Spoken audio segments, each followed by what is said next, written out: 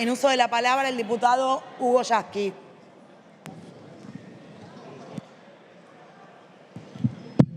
Gracias, presidenta.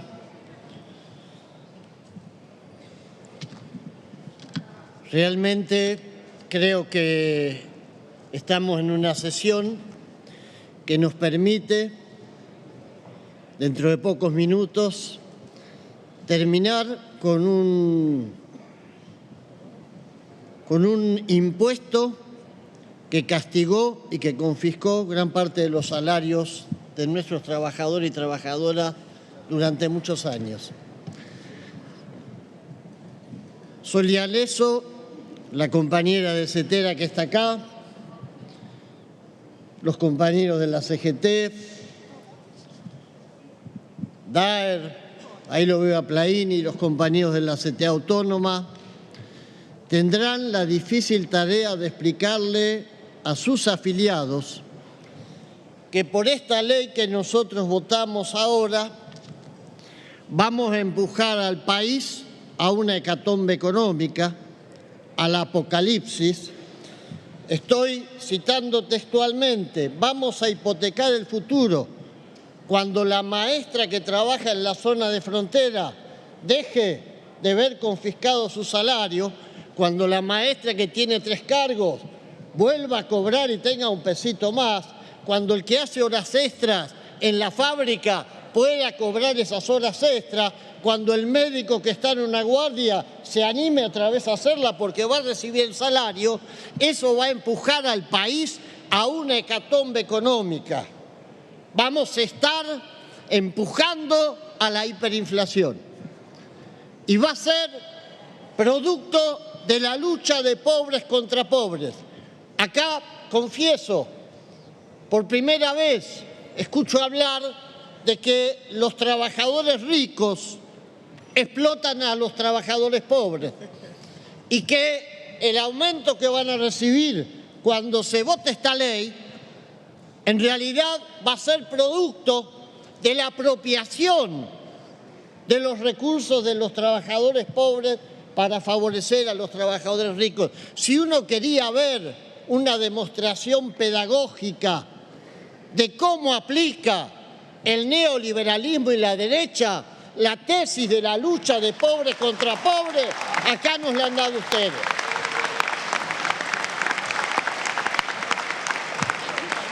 Para hablar de la pobreza, es bueno dar estadísticas, es bueno hablar de las penurias, pero para entender qué es la pobreza y por qué en este país sufrimos la pobreza, hay que hablar de la riqueza. No los escuchan nunca ustedes hablar de la riqueza. Datos concretos del instituto más prestigiado de la Argentina: transferencia de los trabajadores al sector empresario durante el macrismo, 70.000 millones de dólares salieron del bolsillo de los trabajadores, salieron del bolsillo de los que sufren penurias para llegar a fin de mes, para llegar a los bolsillos de los empresarios. Pero claro, uno podría decir, semejante transferencia de ingresos es bueno porque se derrama la copa. El problema fue que se derramó a los paraísos fiscales. De todos los récords que nosotros tenemos, según ustedes, hay 2 que no mencionan. Somos los que tenemos la deuda externa más grande del mundo, contraída durante el macrismo, y somos los que tenemos la fuga de capitales más grande del mundo, contraída también durante esa época de deuda externa.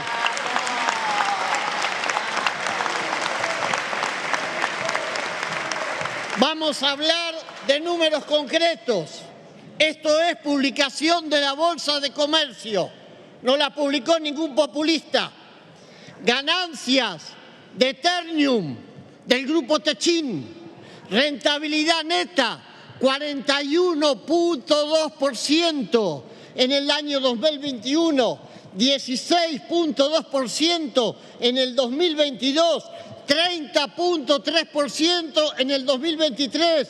En ninguna parte del mundo capitalista se obtienen semejantes tasas de ganancia de empresas que remarcan, son formadores de precios y hunden en la miseria a las pymes que no pueden tener sus insumos para producir. Ganancias de Aeropuertos Argentinos, Grupo Ornequian, conocido porque muchos de ellos financian generosamente a estos representantes de la oposición, les ponen la plata para que hagan campaña. Miren a Patricia Burri pidiendo 25 millones de pesos para ganar la elección. Ornequian, Aeropuertos Argentina, rentabilidad en el 2022, solamente en el 2022, 36.3%. Arcor y Molinos, 10 puntos, 15 puntos por encima de la inflación. Son tasas de renta que no existen en los países civilizados que ustedes dicen. Esto es la concentración de la riqueza. Y nos vienen a contar a nosotros que eliminar este impuesto injusto es lucha de pobres contra pobres. Nosotros tenemos absolutamente claro que este país tiene que resolver el problema de la concentración de la riqueza, el problema de la fuga de capitales, el problema del capital financiero, generando permanentemente remarcación de precios, generando permanentemente esa puja distributiva que no se genera porque la maestra tenga un peso más, no se genera porque el obrero tenga un peso más, no se genera porque el jubilado o el compañero de una cooperativa tenga 2 pesos más. La puja distributiva la generan los formadores de precios, la genera el FMI exigiendo una devaluación que sabíamos todos iba a generar más inflación. Y ahora el gobierno lo que está haciendo es resarciendo mínimamente esa pérdida. No estamos tocando el cielo con las manos. No vamos a salir los trabajadores que están concentrados frente al Congreso de acá diciendo resolvimos nuestra vida. No, vamos a recuperar parte de lo perdido. Si queremos ir a fondo en este país, hay que meter la mano en el bolsillo de los poderosos. Esos no necesitan, como nosotros los trabajadores, estar en la calle todo el día como estuvimos hoy para hacernos escuchar. No necesitan tirar unos cohetes, no necesitan salir a marchar. Les basta con levantar un teléfono y enseguida esos teléfonos generan el lobby, generan la presión.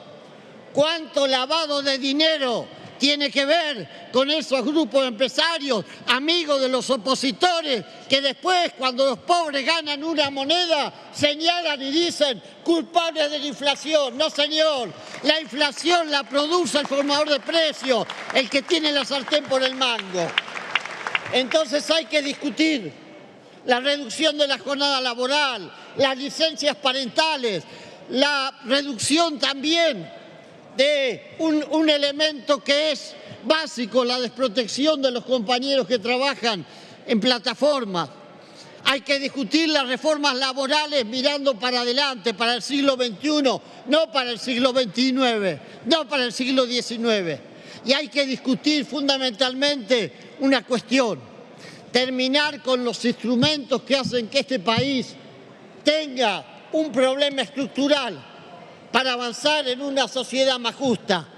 Tenemos la ley financiera de la época de la dictadura genocida. Tenemos leyes que fueron hechas al servicio de los poderosos. Tenemos que remover eso y asumimos acá un compromiso. Como lo dijo Vanessa y como lo dijo el compañero Pablo Carro, la clase trabajadora es una sola. Cuando vayamos a discutir en el Consejo del Salario con los compañeros de la CGT y las 2 CTA, antes nos vamos a reunir con los movimientos sociales. Hay que definir de conjunto un programa que nos permita evitar que nos quieran dividir y meter en la lucha de pobre contra pobre, por la unidad de la clase trabajadora, para distribuir la riqueza. Sergio Massa, es el que hoy nos marca un camino. Gracias, compañeros y compañeras.